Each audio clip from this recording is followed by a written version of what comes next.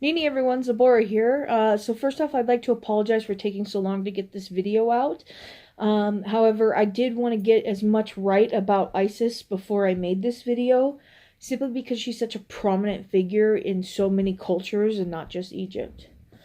I also made various mistakes that were easily rectified, and I wanted to avoid those too. Examples would be saying Sem priests were the priest of Osir, when they're actually the priests of Yanapu when I did Yanapu's video. Or saying that Osir and Auset share the same eye hieroglyph when it's actually the throne glyph that they share. But that's why I love it when I get comments from you guys correcting me. It's hopefully going to make me a better educated person, as well as help me to understand their culture a little bit more. I am human after all, so I do make human mistakes. Alright, so onto the goddess Isis Auset.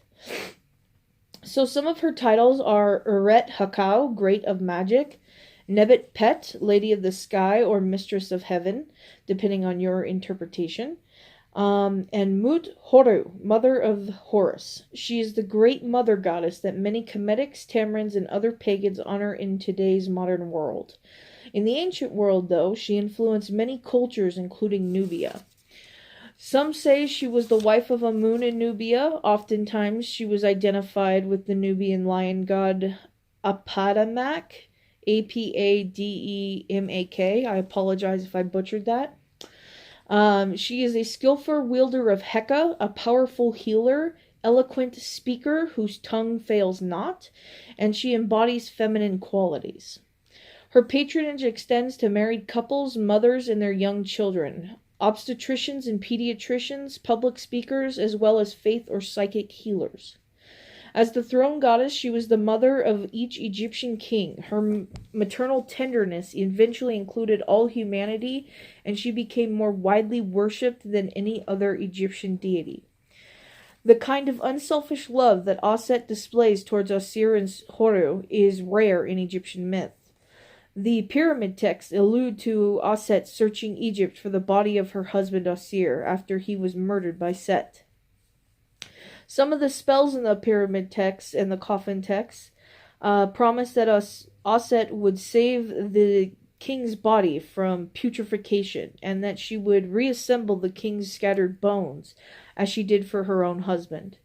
Auset and Nebet-hat, her sister, kept a long vigil over the restored corpse of the Osir, and they became the prototypes of all mourners.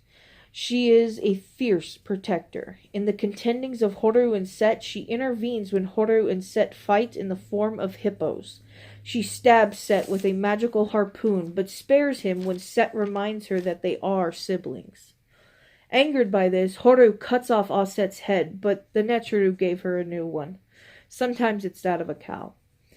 Magical and literary texts stress the cunning and determination of Auset. As Eret Hakau, she is shown as a cobra suckling and protecting kings. She was more clever than millions of gods, and a better guardian of Egypt's borders than millions of soldiers.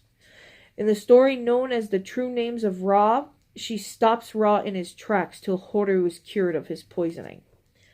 In the late New Kingdom, she took the place of Hetert in the solar bark, and in the first millennia BCE, she became known as the goddess of the sea. She was responsible for bringing in ships to safe harbor. According to the hymns of Greco-Roman period, it was Auset who made the world and decreed that men should love women and children should love their parents. All other goddesses became the names of Auset. In Plutarch's book concerning Isis and Osiris, he suggests that Auset allowed herself to be portrayed as a woman of sorrows to console the suffering of humanity. This and her promise of a happy afterlife made the cult of Isis the closest rivalry to Christianity in the first few centuries of the first millennia CE. So I don't have any hymns for you or anything like that, but again, if you'd like to read more about Isis, I suggest Celebrating the Egyptian Gods by Sharon Tut-Laborde, as well as Egyptian Mythology, A Guide to the Gods, Goddesses, and Traditions of Ancient Egypt by Geraldine Pinch. So that is all I have for you tonight. Sanapti.